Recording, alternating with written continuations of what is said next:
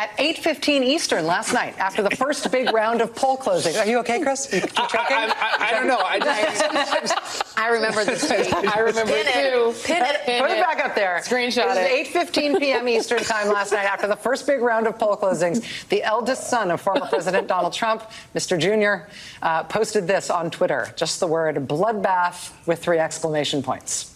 I should tell you, he hasn't been heard from since. It's possible that was a cry for help. But a bloodbath is the one thing this election was not.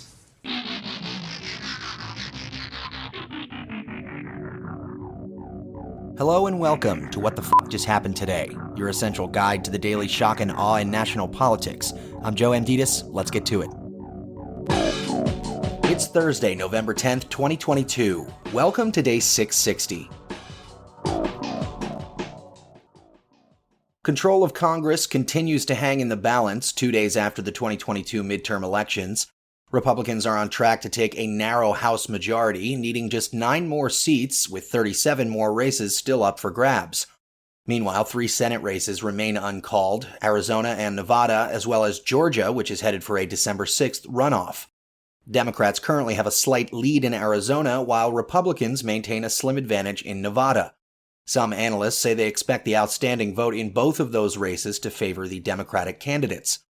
Meanwhile, at a Democratic National Committee event, Biden said that nationally there were a lot of concerns about whether democracy would meet the test, adding, quote, "it did," end quote. Trump's allies, meanwhile, are pushing for him to delay his planned presidential announcement, while Paul Ryan called Trump a drag on our ticket. Trump, however, claims he is not at all angry about the midterms.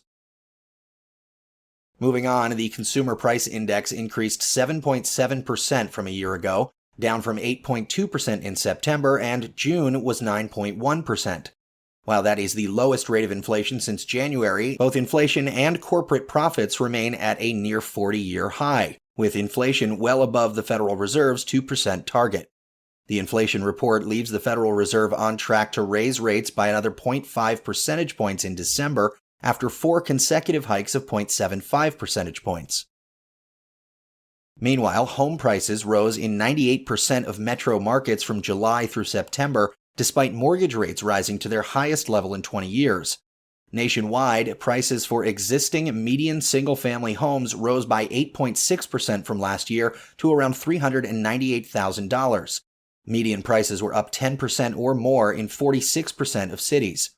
Home sales, however, have dropped for 8 straight months through September. The 30-year fixed-rate mortgage averaged 7.08% last week. A year ago, the 30-year fixed rate was at 2.98%.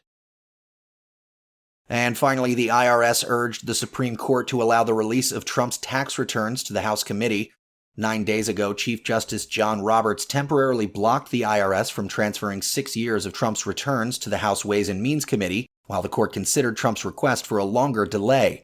In a legal brief, the IRS and Treasury Department said Trump's request for the delay, quote, "cannot satisfy the demanding standard for that extraordinary relief," end quote. The committee, which has been seeking the documents since 2019, told the court that further delays would leave the committee, quote, "little or no time to complete their legislative work during this Congress, which is quickly approaching its end." That's all for now. You can find the links and sources for all of these stories on the main website. And as always, visit whatthefjusthappenedtoday.com for the latest news and headlines. Until next time, I'm Joe Amditis.